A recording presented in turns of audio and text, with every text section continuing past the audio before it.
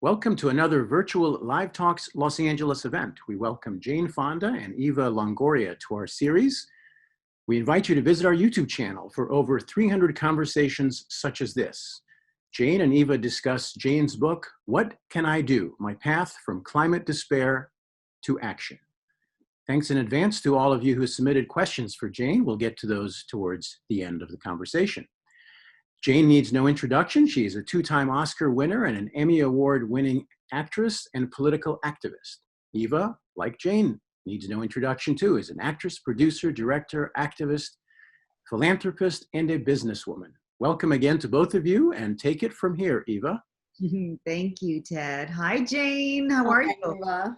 Good to see you. It's so good to see you, and I love this book so much. I'm so happy I was asked to moderate this because I have so many questions for you, which I think is a good sign of a good book, is that it sparks conversation and sparks curiosity.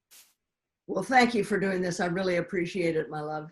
Oh my gosh. So the book is called What Can I Do? My Path from Climate Despair to Action. It was available September 8th. And I remember Jane calling me for Fire Drill Fridays.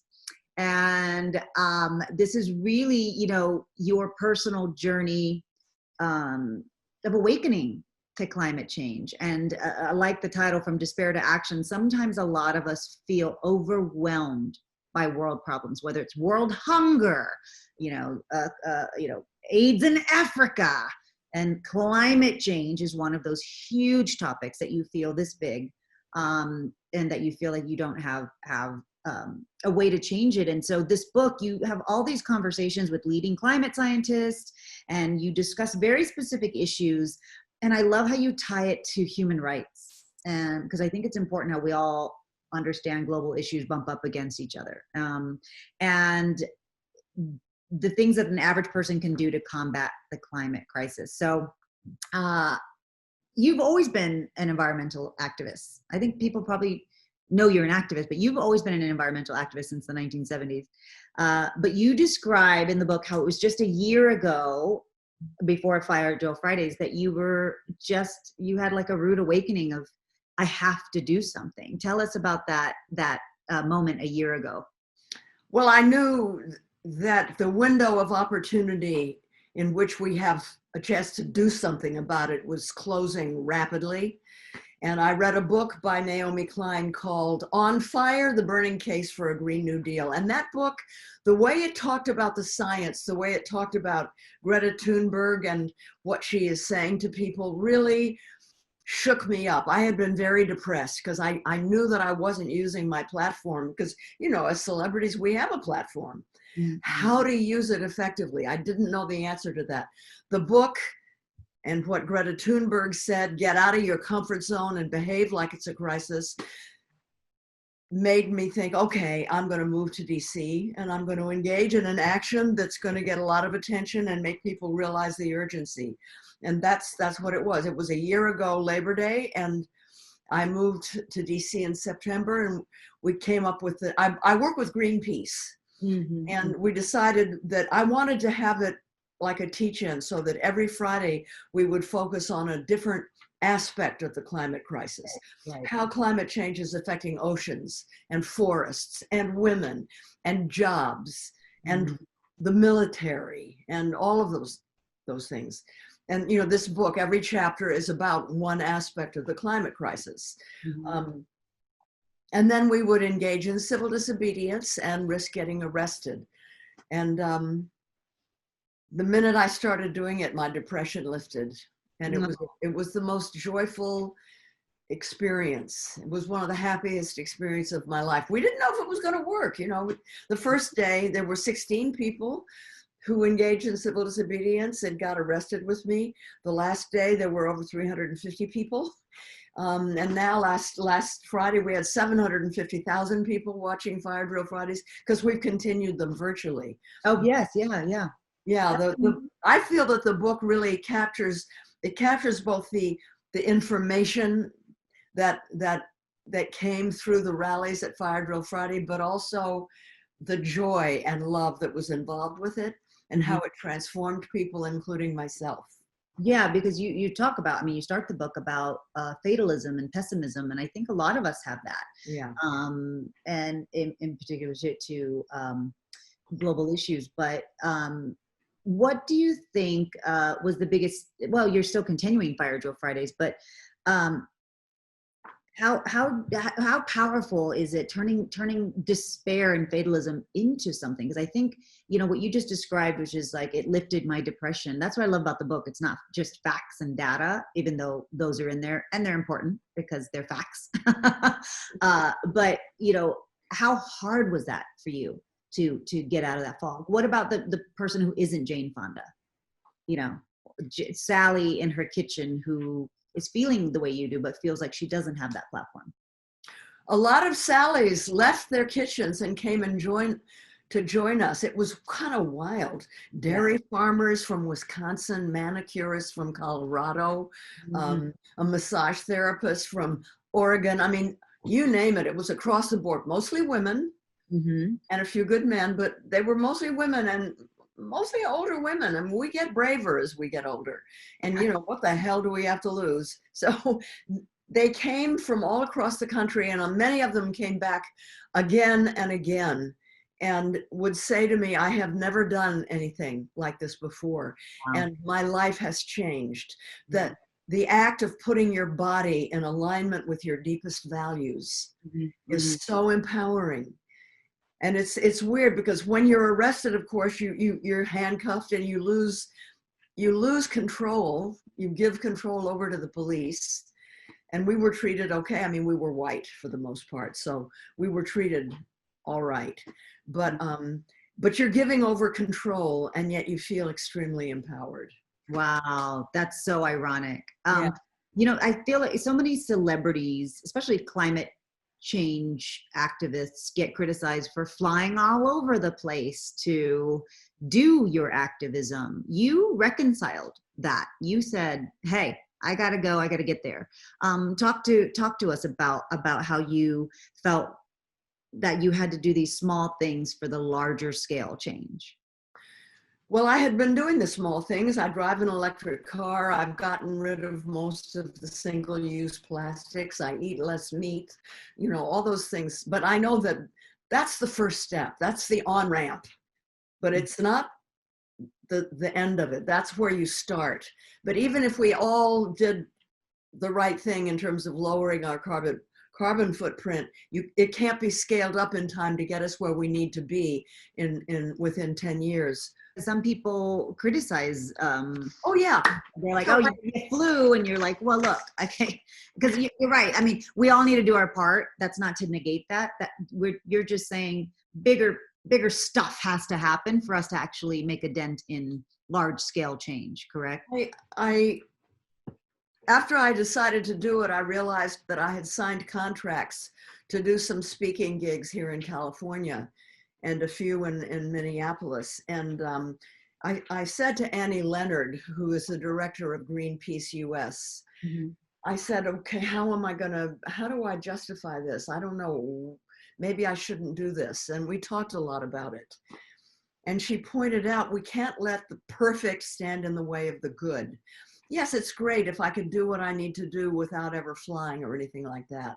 But the fossil fuel executives are flying all over the world and keeping international conferences from achieving what they're supposed to achieve and so forth. You know, they're still doing their bad things. So if we say we're not going to fly, we're at such a disadvantage. And we felt that the good that Fire Drill Fridays would do offset the carbon damage from flying. Yeah. Right. Yeah, that makes so much sense. And I'm so happy that you are going around and talking about this issue. I think one of the things the book does, it gives a really great summary of the Green New Deal. I think a lot of people criticize the left for being kooky and too liberal, and it feels like sometimes the Green Deal is thrown into that like super left agenda. And so can you, what do you think is the biggest thing Americans might misunderstand about the Green Deal? The Green New Deal.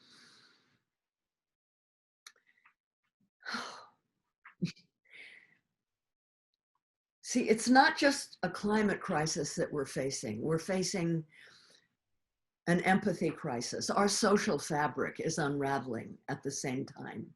I mean, we see it all around us now, right? Besides climate, we're facing a health pandemic and a justice pandemic. Since the killing of George Floyd, the way people have risen up, these things are very much on our mind. The fact is that we can kind of solve them at the same time.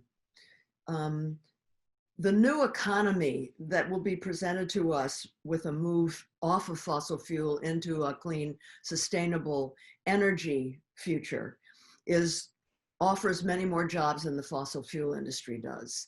I mean, millions of jobs. And so one of the things that the Green New Deal is talking about is the need to transition the fossil fuel workers and the people that will be most vulnerable from the transition off of fossil fuels, train them, pay them. Right now, a lot of them are unionized and they earn over $100,000 a year. You can't just ask them to go and make solar panels for $40,000 a year. You have to unionize the green sectors. You have to transition workers into those sectors and pay them well and make sure they have collective bargaining, and that the communities that will be affected will be able to be resilient.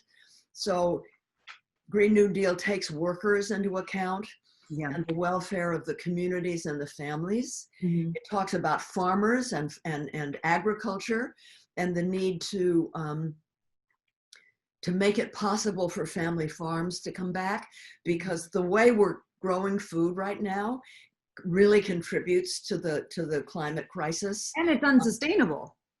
We're not going to be able to do it. It's based in fossil fuel. All that fertilizer and all the input we put into the ground is all offshoots of the fossil fuel industry, and it's destroying the ground.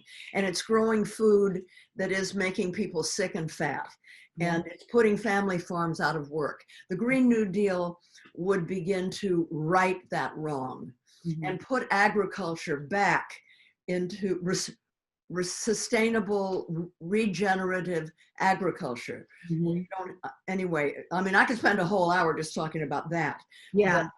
The Green New Deal also says that we have to put funding and attention to the communities that have historically been the most damaged by fossil fuel. And of course, here in Los Angeles, we're surrounded by them, whether it's the Bologna wetlands 20 minutes from here, or Wilmington an hour south of here, or the San Joaquin Valley. People are dying. This isn't something in the future. People are dying right now because they live in the shadow of oil wells and refineries and incinerators and toxic pits where, anyway.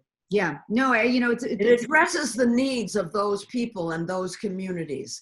So it solves the energy problem in a way that solves our social and our racial problems, because it's communities of color and low-income communities that are being the most damaged. So those are the ones that we have to pay the attention to first. It's kind of what Roosevelt did in the 1930s.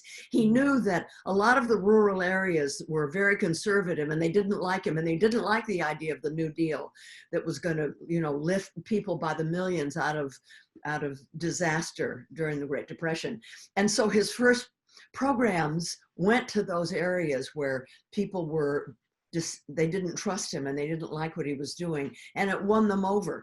So when the Green New Deal begins to be implemented and begins to really affect how people live and the health of their communities, people will understand and begin to support this. And we know from the COVID pandemic, when there's an emergency, the government can damn well come up with the money that it needs. It's there. And that's what we have to do. Now, obviously, the super rich, the fossil fuel industry, all the corporate buddies of Trump, they don't like it, just the way they didn't like it back in the 30s. And they'll call him a socialist, or they'll call Biden a communist or whatever. They'll fight against it. But that's why we have to have huge, unprecedented numbers of people ready to fight for it and protect Biden when he does what's right. Right. Well, and it's interesting you say that about the environmental racism, because I think communities of color don't realize it. They go, oh, the housing's cheaper over here, let's go. and you don't realize it's near those factories, you know, in Long Beach, near the port. I mean, that whole sector there of, and farm workers, you know, agriculture was the backbone of our country for a very long time. And COVID has now deemed farm workers essential. They've always been essential to the American food supply. So, but they treat them like they're disposable. yeah. I mean, they're, you know, it's terrible what's happening to our farm workers. But, you know, what we know now, because a study was released in the 70s, the fossil fuel industry, the petrochemical industries, they put their refineries and their incinerators and their oil wells into communities of color on purpose, Yeah. and call them sacrifice zones. I mean, come on. We have to stop this. Yeah. You know, Louisiana, Houston, there are so many parts of this country where tens of thousands of people are dying because of the toxins from these places, and we have to clean those up first and foremost. Well, and you touched on it a little bit, but lobbyists, which tie ins to fake news, which tie ins to misinformation, right? Like, so what I think a lot of these communities are ingesting in the media is not true, and that's purposeful and targeted, right? And so speaking of COVID, because you mentioned COVID, how do you think the U.S. could have reacted differently to COVID? And had the Green New Deal been in place, it would have been a totally different approach, no? It would have. Well, as you know, Obama and Biden put together a body. I can't remember what it was called. Yeah, it was for a future pandemic. That's right. It was a pandemic team. Yeah. That's what you call resilience. They had in place a team that could respond to an emergency, a health emergency like a pandemic. Mm-hmm. Trump did away with that. Mm-hmm. So what we should have done is have that kind of structure. We haven't for a long time had a good health system, and we have to bolster and strengthen our health system so it can withstand both another pandemic and the climate crisis, because the climate crisis will bring more pandemics.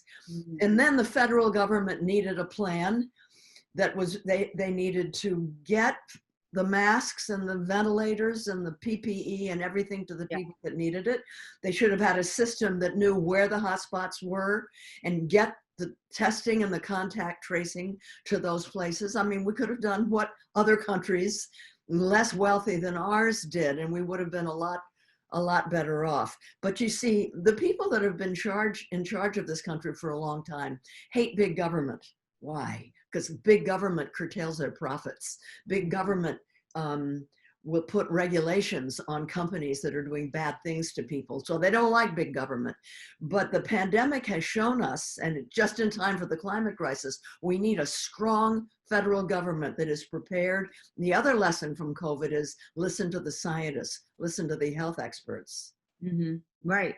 And people, you know, the people who hate big government and regulation don't realize regulation is what gives you safe food at the supermarket.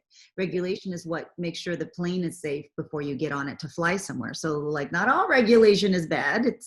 There's a lot of good things.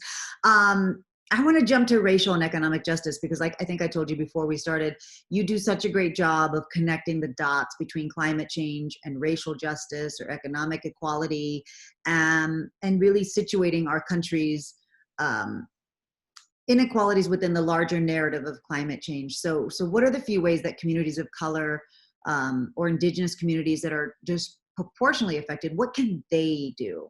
One is be informed, but what can they do? Well, communities of color and indigenous peoples have been leading the way for a long time. The media doesn't say that and doesn't know that. So a lot of people think that the climate and environmental movement are white and elite. Not true. Not true. So yeah, Gloria says that a lot too. Yeah, Gloria says that as well. There's no feminist movement without Black women. You know, it's intersectional by nature. Yeah. Mm-hmm. Mm-hmm. But what can communities of color do? How can they affect climate change? What we all need to do to affect climate change and everything else is band together. There's strength in numbers. We can't be siloed. There's the Black Lives Matter over here and the climate movement over here and the women's movement over here. No, we have to all come together. It's why I was so happy to see so many climate activists marching in the movement for Black Lives. We had many people from the movement for Black Lives on to Fire Drill Fridays and talking about the intersectionality of climate and racism. It's the same mentality. The mentality that brought slavery to this country, and that thinks you can say that a person is not a human being and treat them like chattel because of the color of their skin, because you need to do that in order to grow an economy on the backs of human beings, is the same mentality that thinks that we can use the earth as our wastebasket and just exploit it at will, and it will always be there for us. These things are related. We have to change our mindset. That's one of the things that I like about the Green New Deal. It shifts the mindset. It shifts the center of where we live as a country. Because even if we did away with fossil fuels, if we still have a huge disparity among the haves and have-nots, then we may have cleaner air, but we're going to still have a miserable country and people who are really suffering. We have to change it all at the same time. I'm glad you brought up women, like the women's issues and the Black Lives Matter, that we're all siloed, but you talk a lot in the book about, or you make a note in the book, that women make up 80% of climate refugees. So not only are people of color disproportionately affected, but women, nobody, I don't think I would have guessed that. There's all kinds of reasons why women bear the brunt of the climate crisis. Whether it's in our bodies, because, you know, fat sequesters toxins and carbons. It's why whales sequester carbons. It's why they're so important. They're our big allies in combating the climate crisis. But in our body fat, we carry toxins, so that when we carry a child, it goes into the fetus. When we nurse a child through our milk, it goes into the young infant. It's, I mean, children are so endangered with what's happening. Women, yes, 80% of the climate refugees, usually the last to be rescued. And in the global south, we're the ones that carry the water, that fetch the wood, that harvest the crops. And so when there's an extreme weather event, it makes our work so much harder. We may have to walk a day just to get a little water, for example. And because we tend to be the caregivers and the caretakers, we stay behind and try to save not just our family, but the whole community. And so we're really impacted by this, but we also lead the way when it comes to solutions. You know, all over Africa, it's women who build the solar stoves in the schools to heat the schools and make it so that people don't have to cut down trees to cook their food, and solar panels on roofs. That's women who do this. It's women that forced the Kenya government to ban plastic bags, for example. And all the countries that have women leaders are much, much better in terms of the climate, you know, signing climate treaties, agreeing on climate regulations than the countries that have, well, you know, the countries that have done better with COVID are better on climate. Right. That's a direct correlation, right? Yeah. You included some fantastic quotes in the book from Gloria Steinem, and Eve Ensler wrote a stirring speech for one of the rallies about older women and climate change. I mean, you've said this, why are women so central to this movement? Not only central, but inspirational. Who do you lean on? Who are your mentors? But also, why do you think that is? Because they get braver? Because women get braver as they get older? Women, yes. Well, you know, science has shown that women do get braver as they get older. There's also a biological reason. You know, as we get older, our estrogen drops in relation to our testosterone. And with men, their estrogen rises in relation to their testosterone. So men and women become kind of like more on the same level. It's good for relationships, but women, women may be more apt to move to the barricades than men as they get older. It's funny because older men, you know, they may be, I hate to have these words come out of my mouth, but on their second or third families. And they might not have been very good fathers first time around. On their third marriage, they're wonderful fathers. It's because they're all estrogen. But yeah, women, so it's partly because of hormones, it's partly because we've been socialized to care more, but I also think that it's evolutionary. You know, way back in the days of hunter-gatherers, the men would go out to try to bring back the meat. Women would stay behind and gather the berries and the tubers and the nuts, the stuff that really kind of day to day kept people alive. And then we'd sit around the campfire and exchange remedies and words of wisdom. And the older women would tell the younger women where to go to find the right kind of water or food. And they would help each other rear their children and give birth and so forth. So it's baked into our DNA. And the campfire circles during the hunter-gatherer days became sewing bees and quilting circles and then book clubs, you know, and they're all women. Women know in their bones the importance of interdependence, right? And cooperation. That's right, as opposed to individualism. And that's really important because what we're facing is a collective crisis that requires a collective solution. And, you know, the powers that be are saying, no, individualism is what matters. And you know, we are one of the most individualistic countries in the world. So women are going to save us because we believe in the collective, the common good. You know?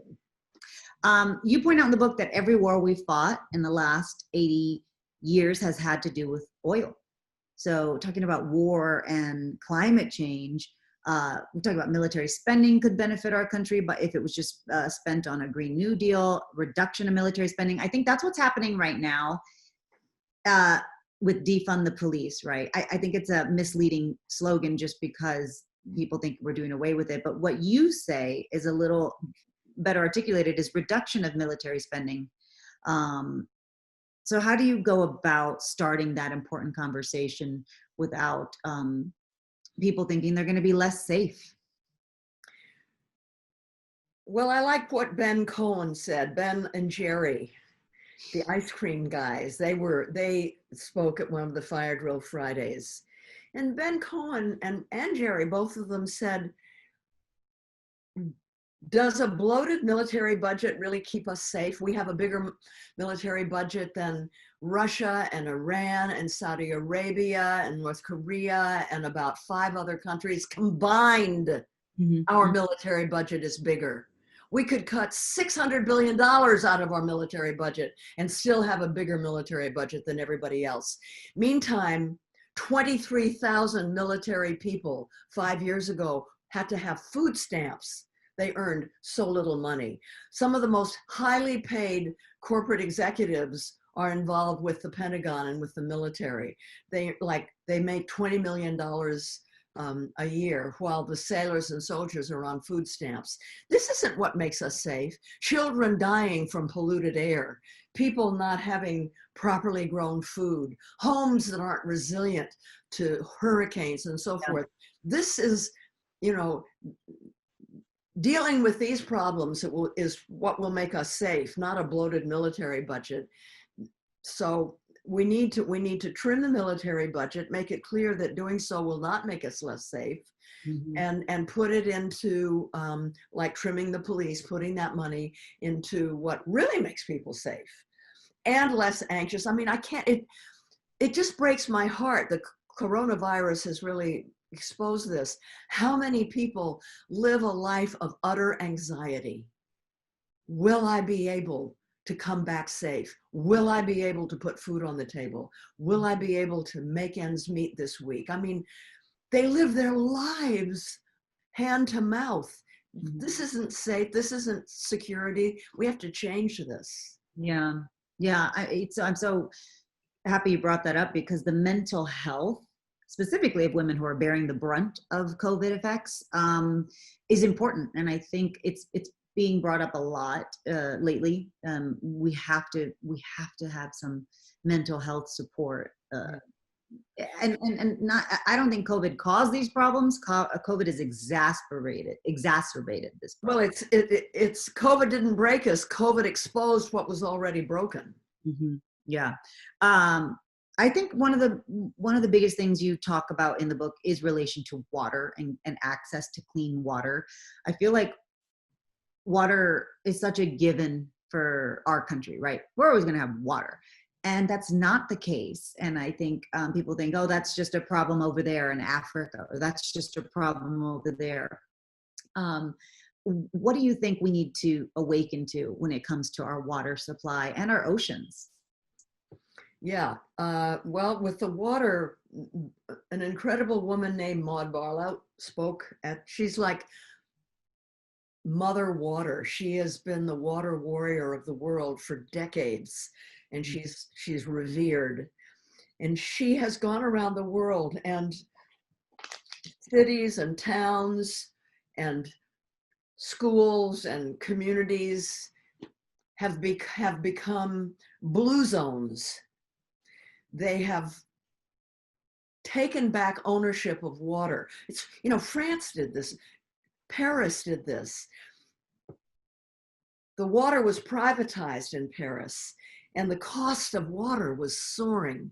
And so they took it back into the public's hands, and the costs have dropped, and the water is now clean. So we have to make the blue zones, whether it's our schools, our communities, our cities, our entire country. We have to own the water. It has to be a public good. We have to take it out of the hands of people who want to own the water, like, well, I won't even name names. And not only that, but here's where the New Deal comes in. Our water infrastructure is very insecure. It's totally inadequate. It has no resilience for the extreme weather events that are coming. Dams, and pipelines and all of those things are very old. Our sewage systems are very, very old. Yeah. And that leaches into water, underground aquifers and so forth. Also, the way we farm uses up a lot of water. So we have to, as we said before, we have to change our farming habits, and we have to rebuild our water infrastructure. Mm-hmm. The majority of water management people around this country say, no, in a number of years, it's going to go. It's going to give out. Yeah. Dams and bridges and pipelines and sewage systems, they all have to be fixed. How many people will that put to work? There's so many jobs involved. Mm-hmm. Yeah. Pipelines can be bad if they're bringing oil into an area, they can leak, but pipelines can be good if it brings good water into Flint and other places. Right. What do you think? I know, oh my God, Flint, I forgot about Flint, Michigan. What is your hair on fire about right now? Where you are screaming from the top of the mountain and you're like, nobody is listening. Wake up. Like, what is probably the biggest concern? We have to cut our fossil fuel emissions in half by 2030. That is the critical thing. All of this is happening because of fossil fuels. Mm-hmm. I mean, there are other things like methane from cows but the primary problem is fossil fuels. And tell everybody about it. What that means. What is fossil fuel in their everyday life? Tell them that. Well, fossil fuels is what they drill and they bring up oil. Right. So it's their cars. They stack and they bring up gas, and then they burn it. It's their cars. It gets burnt. Yeah. It's what drives our economy. Fossil fuel burning drives our economy. That's why this is so difficult. It's the bedrock of the American economy. Now, over the years, we've made the alternatives are becoming less expensive and more common, but still we rely on fossil fuels. So we're not saying we have to do away with them all of a sudden, but we have to cut them in half in less than 10 years. And that is so hard by 2030, especially since, I mean, even the governor of California, who is talking, rightfully so, that we have to deal with the climate crisis because his state is on fire, but he signed over 1,000 new fossil fuel permits in the last year. He's still locked in to big oil, and so is your friend. I think We have to deal with Mr. Biden. That's why when he gets elected, we have to roll up our sleeves and really go to work. Yeah, just like you said, we can't let perfection prevent progress. There's never going to be a perfect candidate. There's never going to be a perfect candidate that's going to represent everything we want. Yeah. I think you're right. The soul of our country is at stake right now. Who has that moral compass that we can trust? And then let's like you, I run into a lot of young people who were huge Bernie fans. And, they're like, I don't know, I'm going to vote for this centrist. And you know what to say? Hey, we choose our opponents. Which opponent would you rather have? I'd rather push against a centrist than fight a fascist. Mm-hmm, mm-hmm. Yeah. And that kind of stops them in their tracks. So it's a good tool to use. Yeah, that's a great, well, not only that, I think, have you seen the birth of Antifa? And anti-fascist, and so they're calling the left Antifa. And I said, shouldn't everybody be against fascism? I mean, just in general, like maybe everybody should. So the last question I have, this has been such a great conversation. How do you confront people who don't believe, which is a dumb word because it's not a belief system, climate change, it's a fact, right? But how do you confront people who don't feel like climate change is a problem, which is half of our country, by the way? But there are tens of millions who do believe. The Yale Project on Climate Communications has shown now that there are 23 million Americans who know there's a climate crisis and have never done anything because nobody asked. There are 13 million Americans who would engage in civil disobedience, but nobody asked. There's the great unasked out there. So we don't really have to worry so much about the people who don't believe. We just have to organize the unasked. And we've got it made, and we will win. But we still have to talk to the people because we want them to understand what's happening. So I think that what you do, whether you're talking about climate change or you're going door to door to campaign for Joe Biden, you listen to what people say. You ask people questions to find out what they care about, what's important to them. And then, like I've done this, when I'm campaigning against Trump, I find out why people are supporting him. And then I tell them something in the area that's of interest to them that they don't know. Like if you're knocking on the door of somebody who loves Trump and has a child with a precondition, you say to, and Fox is playing in the living room because Fox is the only thing that they ever watch, which is why they don't know what's happening. And you say to them, but do you know that Trump's healthcare system would do away with coverage over his pre-existing conditions? And it's like, really? And there you've got them. Yeah. And so with the climate, you do the same thing. You listen, and then, if they are like a lot of wealthy white men, they love birding, they love birds. Okay, did you know that because of climate change, there are almost 3 billion fewer birds in North America? Or if they're a right to lifer, tell them what's happening to children because of climate change. Or if they have grandchildren, what it will mean for their grandchildren. Or the ocean. I mean, the ocean is the biggest ally we have in the fight against climate change. You can talk about how the ocean is being destroyed. The ocean's ability to provide us with oxygen is being damaged. And the great wild species that roam the ocean, the only big species that are still being hunted for food, are going extinct. And on and on, so it just tell them something that they will care about that will make them think twice about it. Yeah. I remember I was in Colombia doing a documentary, and we were in the slums of outside of Cartagena, and all these kids were running around. They had this beautiful gold hair, like it was dark, but at the ends it was this golden hair. I said, these kids' hair is beautiful. And the lady said, that's actually malnutrition from bad drinking water. So what I saw as I want those highlights, she goes, actually, that's the sign where this neighborhood has bad water. because all the children had this minerality literally in their hair. Wow. Yeah, it was a eye-opening thing of what you think you see and what reality is. I'm going to turn it over to Ted because I think he has some audience questions. Yes, we do. Thank you, Eva. And certainly feel free to chime in and make any of these questions better if you so feel, Eva. Let's start with this one. Jane, you have had an amazing career and life. What advice would you give to a younger Jane when you look back at your life thus far? I would say no is a complete sentence. Nice. And then the next thing would be, it's going to get better. Don't give up. All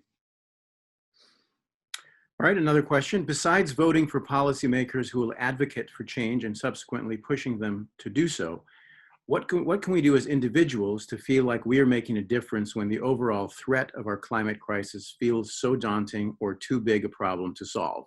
Yeah, that's why, there's only so much you can do as individuals. What matters is that individuals join together in concert in an organization that has the wherewithal, the money, and the strategy to know how to deal with the problem. We can do so little individually.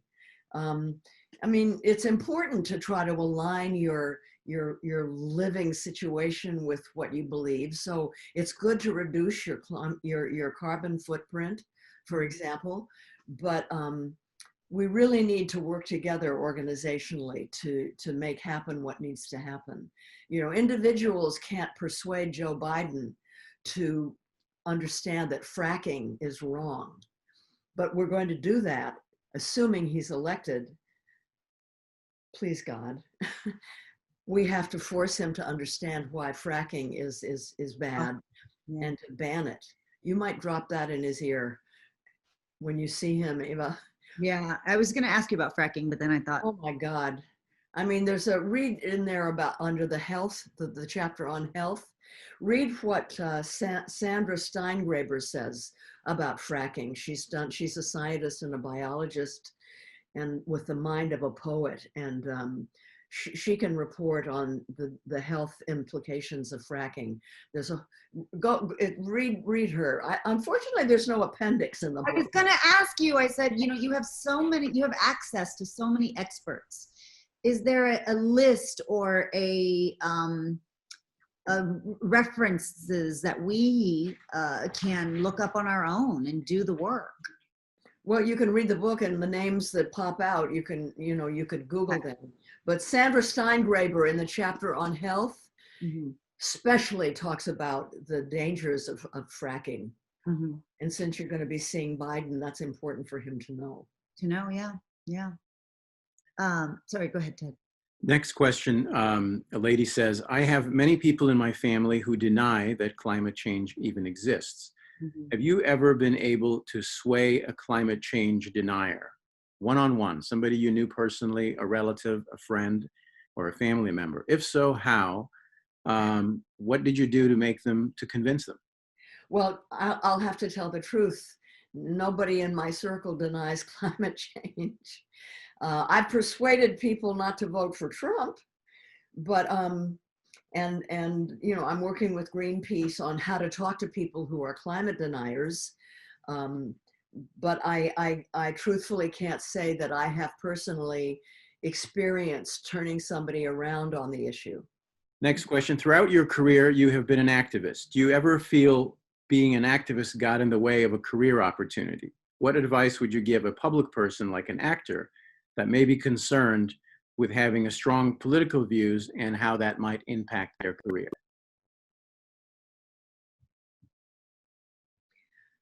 Well, see, I'm somebody that I would never put career over fighting for what I believe is important. I was gray listed. Gone are the days, please God, when Joseph McCarthy blacklisted people and destroyed many, many careers, accusing people of being communists. But I was gray listed, but I wasn't going to stop doing what I was doing. That was during the Vietnam War. And now, I mean, I'm 82 heading into 83. What the hell do I have to lose? You know, let them at me. I don't care. But for someone young who's just starting out in the business, I don't know. I think more and more people are admired when they're brave enough to stand up and make their voices heard on an issue that's important to them. I think it's really important because, you know, the end of the day, you're not going to like yourself very much if you haven't done that. And my first 30 years of life were not, I wasn't an activist. I didn't pay a lot of attention to what was happening, and I was miserable. I mean, I was having fun and all that kind of thing, but I wasn't happy. And when I became an activist, all of that fell away, and I became a much happier person. I think you feel better because you're aligning your body and your voice with your deepest values. Otherwise, you're bifurcated. You know, you're all split up, and it doesn't feel good at all, and you become sick. I think, physically sick. Mm-hmm. Well, you find purpose. Purpose fulfills you in a different way than happiness. Jay Shetty says that all the time. You know, if you want to be happy, that's sometimes unsustainable. But if you want to find meaning and purpose, that is easier. There's an interesting follow-up question to that one from someone who says, can we separate the art from the artist? There are some terrific actors I really admire in their work, but whose politics I can't stand. Yeah. Can we separate the art from the artist? I hope so. I think Jon Voight is a brilliant actor, but he has gone down the birther path and other extreme right-wing paths. I still think he's a brilliant actor, and I will still watch Ray Donovan. Quentin Tarantino, I think he's an absolutely brilliant director, and I would work with him in a minute, even though there have been criticisms from women and things. You know, I don't know. How do you answer that, Eva? That acting or produce, whatever, that's what we do. It's not who we are. You know, I got criticized for hosting the DNC because, oh, there's a celebrity out of touch. And I said, I didn't show up as a celebrity to speak at the DNC. I showed up as a 9th generation Texan and American. I showed up as a daughter of a veteran and the daughter of a teacher, the sister of a special needs person. So because I'm an actor, you know, means I can't be affected by policy and politics. Yeah, I get really offended because I always say, okay, you're a dentist, shut up and do teeth. You know what I mean? Like, that's everybody's occupation is what they do. It's not who they are. Next question, Jane, what is a personal mantra or a special self-talk you use to keep you motivated and optimistic even in dark times?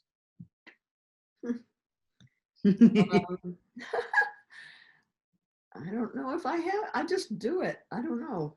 You've got a lot of mantras in your life, like words that you've lived by. I'm the same way. I can't pick just one. I have, you know, the golden rule: do unto others. Do unto others is definitely a biggie. I don't know. I see nothing but hope around me because I look at reality. I look at the diversity in the uprisings following the murder of George Floyd, and that fills me with hope and the ability to move forward. I guess if I start to go down a rabbit hole, I remember all the people who so profoundly changed when life made them to. Shy housewives who would never have spoken publicly, who suddenly become warriors when their children's safety and health is put at risk. People are so capable of change. And because I know that, and I'm one of them, I don't tend to lose hope because I know that we can change people and people can change history. That's what civil disobedience does. It changes history, you know. And when I see hundreds of people, when I was in Washington, D.C., I write about it in in this book when I see people coming from all over the country to get arrested who've never done it before and who kept doing it again and again. How can I not be hopeful? I don't know. I just find there's reasons for hope all around me. I don't need to tell myself some mantra. Jane, Also, if you... I'm old. Here's another thing. I'm old, which means I'm closer to my death than I am, way closer to my death than I am to my birth. And I think a lot about my death. I think it's important to do, especially when you get older, because I mean, who knows how I'm going to die, but I'm assuming I'm going to die in my bed surrounded by loved ones. I want to be able to feel good. If I don't do what I'm doing, if I don't follow my heart and act bravely, I'm going to hate myself when I'm lying on my deathbed. And because that's so close, I think that's a mantra that I have. You're not going to like yourself when you get to your deathbed, Fonda, if you don't do this. That's one of my voices to myself. I forgot about that one. Like you, I want to change, and I want to change others, but I worry, and you guys have addressed some of this, but I want to reinforce the question again, but I worry that all of this is working towards other people who agree with me and are already on track and believe in the cause. How much more and what else can we do to get across to the people who don't believe? Well, I've given the answers to that. Eva and I both gave answers to that, but I want to reinforce the importance of motivating and mobilizing the people who do agree but aren't doing anything. Because what we need are numbers, unprecedented numbers of Americans who are prepared to go into the streets, commit civil disobedience, and make the changes. We can force the changes. It's the only way that history has ever changed, is through massive numbers of people engaging in civil disobedience. I mean, think what happened in the 1930s when the country was really going down the drain, when millions of people were starving and people were throwing themselves out of windows and the country was really desperate. It was millions of people in the streets forcing Roosevelt to do what he did. It wasn't just that he was a really good guy. I happen to think he was a really good guy, but it wasn't just that. It was that people were forcing him to do it. That's what's needed. Don't waste your time on the people who don't agree, unless they're your uncle or a loved one. You know, just let's get to the people who understand there's a problem, but just haven't done anything about it yet. And they can do it from the safety of their homes, or they can come into the streets when it's safe to do that again. Yeah, it's like John Lewis said, good trouble. Get into that good trouble. She's absolutely right. You know, when the women's suffragette movement was not for women, it was for everybody who didn't think women should have the right to vote. The civil rights movement wasn't for Black people. Black people knew. They were like, no, this is for you.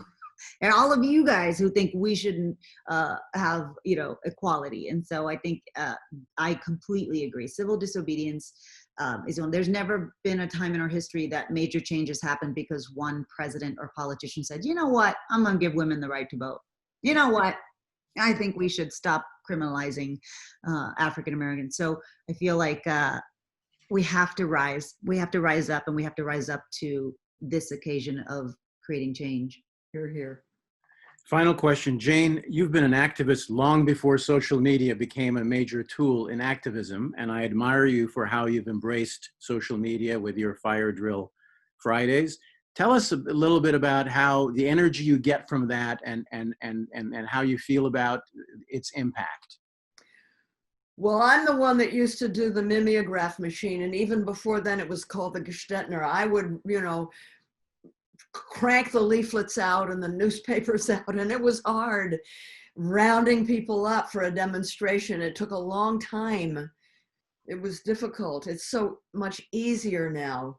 And I come late to it. I mean, I was married to Ted Turner, and I didn't have a computer, but I would give speeches, and I'd cut and scotch tape speeches together.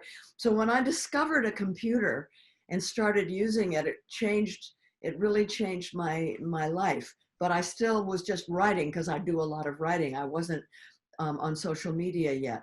But I decided when I was, I think about 70 or 71, I was going back to Broadway for the first time in 45 years.